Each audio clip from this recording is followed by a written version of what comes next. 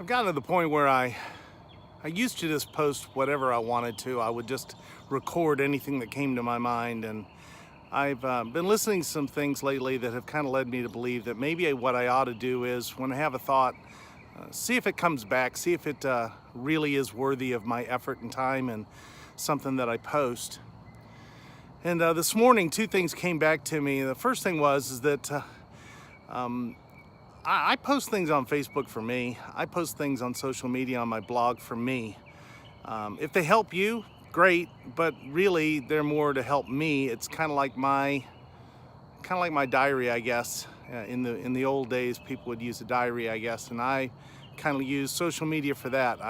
It's probably why I don't do a lot of Snapchat or Instagram, because I want to have a record. I want to know my thoughts. I want to see if I've grown. And so that was the first thing, was that over the past couple of weeks, I've really thought how to say that without sounding the way it sounds.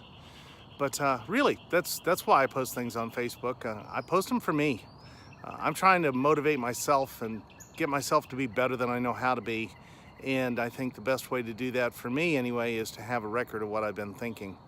And the second thing that keeps coming back over the past few days, I downloaded a new book, audio book, about, I guess about a week and a half ago, 2 weeks ago. It's called Bluefisher, or no, it's called Bluefish.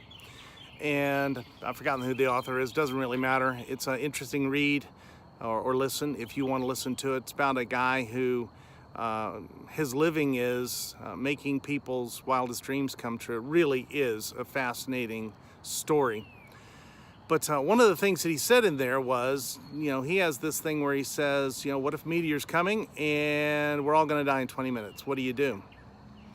And we've probably heard a number of variations of that over our lives. We've probably heard, what would you do if you, found out that you were going to die in 6 months or a year?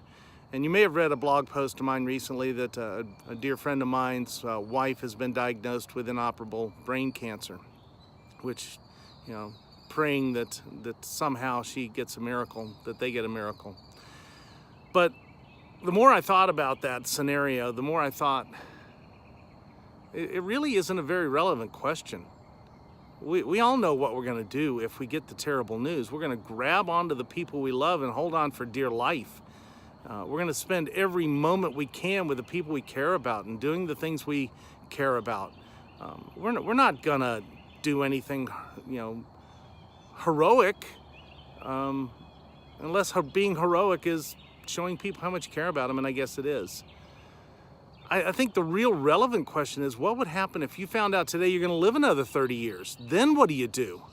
Because most of us are. Most of us are going to live another 30 years, and we can spend it living exactly like we are, or we can realize that we have a lot of time to get things done. We have a lot of time to accomplish something maybe we want to accomplish, and we haven't really thought about it. So I don't wish on anyone horrible news today, but unfortunately, somebody's going to get it. A lot of people are going to get it. And I think everyone knows what they'll do when they get that horrible news. They're going to grab onto the people they love. They're going to grab onto the things they love, and they're going to spend as much time with it as they can, with them as they can. But if you get the news today that you're going to live another 30 years, 40 years, 50 years, and what would you do then? It's an interesting thought.